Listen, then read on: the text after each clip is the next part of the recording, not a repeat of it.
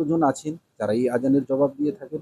মনে করেন যে আজানের জবাব দেওয়াটা তো একটা ছোট আমল, এই আমলের মাধ্যমে কি হবে? এই আজানের জবাব দিতে পারলে কি বড় ধরনের ফজিলত রয়েছে সেটা কি আপনি জেনেছেন? আল্লাহ রাব্বুল আলামিনের নৈকট্য লাভ করতে হবে এবং নৈকট্য লাভের অনেকগুলো মাধ্যম রয়েছে। তার মধ্য থেকে হচ্ছে আজানের জবাব দেওয়া।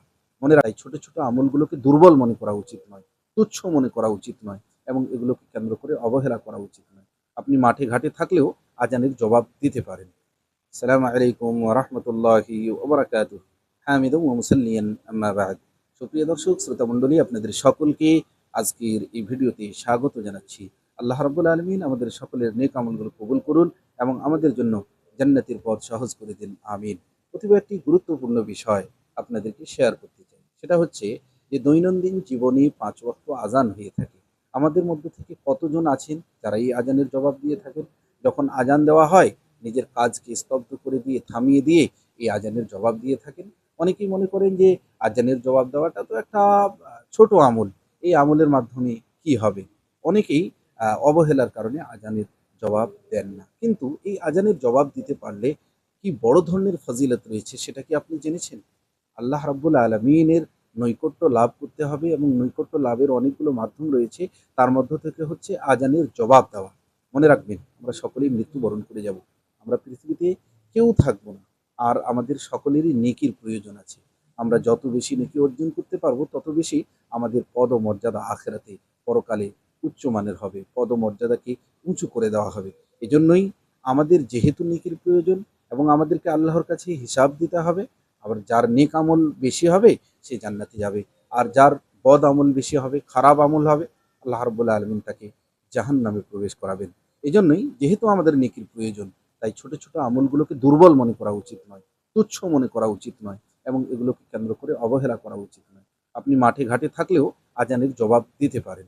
আজান শুনলেন, আপনি সঙ্গে, সঙ্গে আল্লাহু আকবার বললেন, অর্থাৎ মুয়াজ্জিন যা বলল তাই বললেন। হাইয়া আলাস সালাহ, হাইয়া আলাল ফালাহ যখন বললেন তখন আপনি বললেন লা হাওলা ওয়ালা কুওয়াতা ইল্লা বিল্লাহ। তো আপনি যদি এভাবে আজানের জবাব দিতে পারেন আর এরপরে এই দোয়াটি পাঠ করতে পারেন, আল্লাহুম্মা রাব্বা হাযিহিদ দাওয়াতিত তাম্মাহ, তাহলে এই পরিপূর্ণ দোয়াটি পাঠ করলেন, তাহলে কি হবে? হাল্লাত লাহু শাফাআতি ইয়াউমাল কিয়ামা। কিয়ামতের দিবসে ওই ব্যক্তির জন্য সুপারিশ আমার জন্য অবধারিত হয়ে যাবে। আমার সুপারিশ তার জন্য অবধারিত হয়ে যাবে। এজন্যই বিশ্বনবীর সুপারিশ পেতে চাইলে আপনি এই আমলটি সর্বদা করুন। অবহেলা করিয়েন না, তুচ্ছ মনে করিয়েন না। যে হাদিসটি আমি আপনাদের সামনে বর্ণনা করলাম, সহিহ বুখারীতে বর্ণনা করা হয়েছে। হাদিস নম্বর ৪৭১৯ এবং এর পরের হাদিস, আরেকটি হাদিস যেটা আবু দাউদের মধ্যে বর্ণনা করা হয়েছে, হাদিস নম্বর হচ্ছে ৫২৪।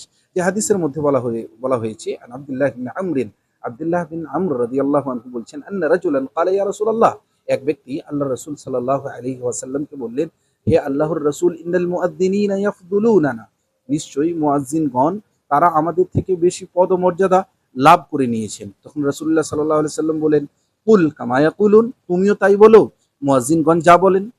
এরপরে তুমি কি করো? ফাসাল তুতাহু, যদি তুমি এভাবে করতে পারো, মুয়াজ্জিন যা বলবে তাই তুমি বলবে, এরপরে তুমি আল্লাহর নিকটে দোয়া করবে, তাহলে আল্লাহ রাব্বুল আলামিন তোমার দোয়া কবুল করবেন। এজন্যই আপনি মনে করছেন আপনার দোয়া কবুল করা হোক, আল্লাহ রাব্বুল আলামিন আপনার দোয়া কবুল করুক, তাহলে আপনি আজানের জবাব দিন। আল্লাহ রাব্বুল আলামিন আপনার পদ ও মর্যাদাকে উচ্চমানের করবেন এবং নবী সাল্লাল্লাহু আলাইহি ওয়াসাল্লামের সুপারিশ পেতে চাইলে আপনি এই আমলটি সর্বদা করুন। মহান আল্লাহ রাব্বুল আলামিন আমাদের সকলকে এই ছোট আমল করার তৌফিক দান করুন। আমিন। আকুলু কওলি হাদা ওয়া আস্তাগফিরুল্লাহ লি ওয়া লাকুম ওয়া লিসাইরিল মুসলিমিন। আসসালামু আলাইকুম ওয়া রাহমাতুল্লাহি ওয়া বারাকাতুহু।